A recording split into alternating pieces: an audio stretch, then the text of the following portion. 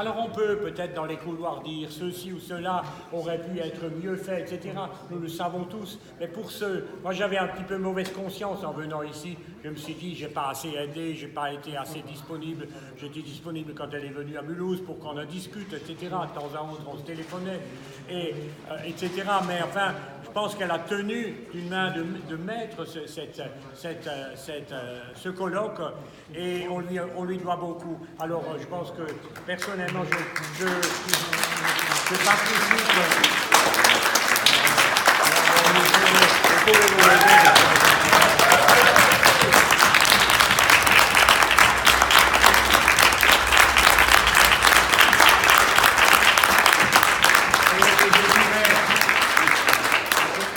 Je dirais qu'effectivement, je pense qu'il faut tirer les conclusions, mais pour ceux et celles qui savent ce que c'est qu'organiser quelque chose comme ça, ils savent les efforts que ça a coûté. Alors encore une fois, bravo. Et je pense qu'elle m'a demandé, est-ce que je dois aller là-bas ou ici, mais je crois qu'après c'est par eux, je crois qu'il vaudrait mieux que tu viennes finalement là, à la tribune pour donner quelques mots de conclusion de cette journée.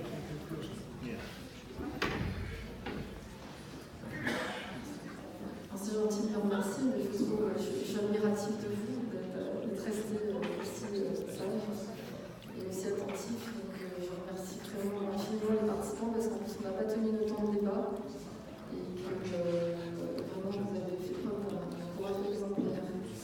Quand même, j'aimerais qu'on revienne sur le pourquoi de cette organisation, pourquoi j'ai mis bon jusqu'au bout. Parce que les 70 ans des Citoyens du Monde, c'est pas seulement en fait, un aboutissement, c'est pas juste pour s'amuser, pour commémorer, moi j'ai horreur de ça en général, c'est pas ça. C'est faire renaître un ancien mouvement qui s'essouffle, d'une part, c'est faire revivre cette citoyenneté mondiale à des jeunes, à des anciens élèves par exemple, qui sont là, qui sont restés jusqu'au bout. Merci. C'est permettre en fait de faire revivre cette prophétie qui a été énoncée, édictée en 1948. C'est l'acte qu'on commémore en fait, 70 ans, citoyens du monde qui sont nés en 48, donc le 19 novembre 48, voilà, quand Gary Davis a interrompu la troisième assemblée générale des Nations Unies. À ce moment-là, il a dit qu'il fallait absolument qu'un gouvernement mondial, donc ce n'est pas notre terme à nous en tant que citoyens du monde, mais qu'une démocratisation mondiale se fasse, mais que si cette organisation ne se créait pas, une assemblée des peuples, il a prophétisé, une assemblée des peuples surgirait des masses mondiales. Voilà ce qu'il a dit. Et l'idée, c'était de jouer avec notre temps, de se dire, ils ont échoué après, ils ont un grand mouvement qui a créé ce monde, énormément de gens qui après-guerre, qui avaient vu les atrocités, qui ont cru en ce mouvement. Ça a duré 2 ans, puis ça s'est évanoui. Mais au bout de 2-3 ans, même Gary Davis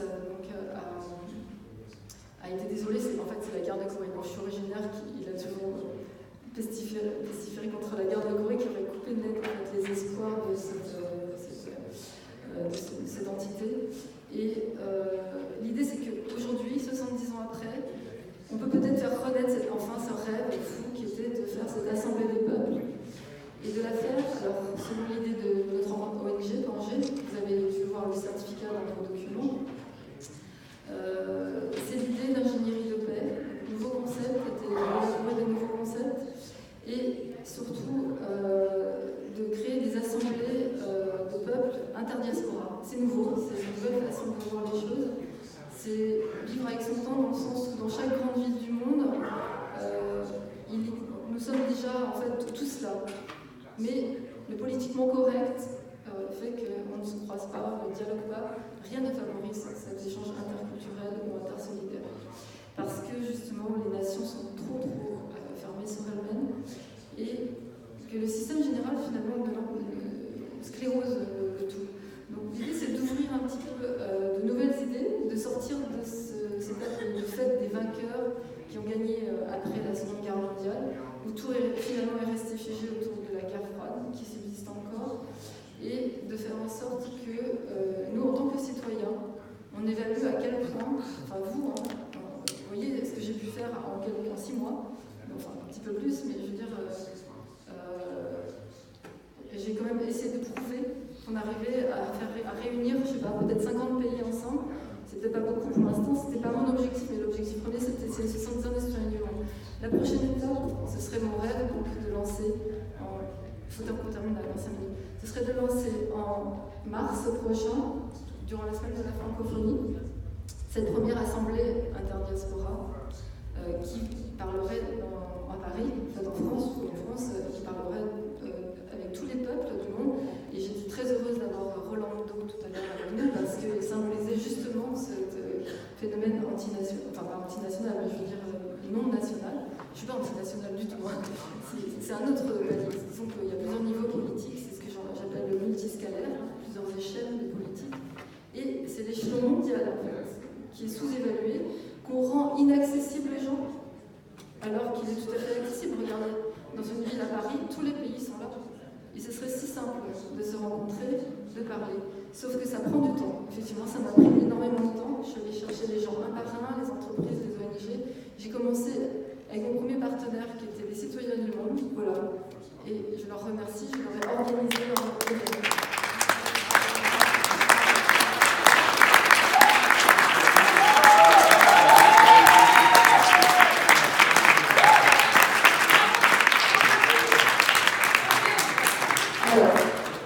Pour des raisons de sécurité, on ne va pas pouvoir rester dans la salle, je peux continuer à discuter encore un petit peu. Il vaut mieux monter, d'accord? Si vous voulez bien, on va quitter la salle, quitter les lieux, et à 19h, il n'y a plus personne dans la salle. Voilà, c'est des consignes. Mais sinon, vous avez encore un petit peu le temps d'échanger entre vous, et de toute façon, ce n'est qu'un début. Merci à tous. Merci.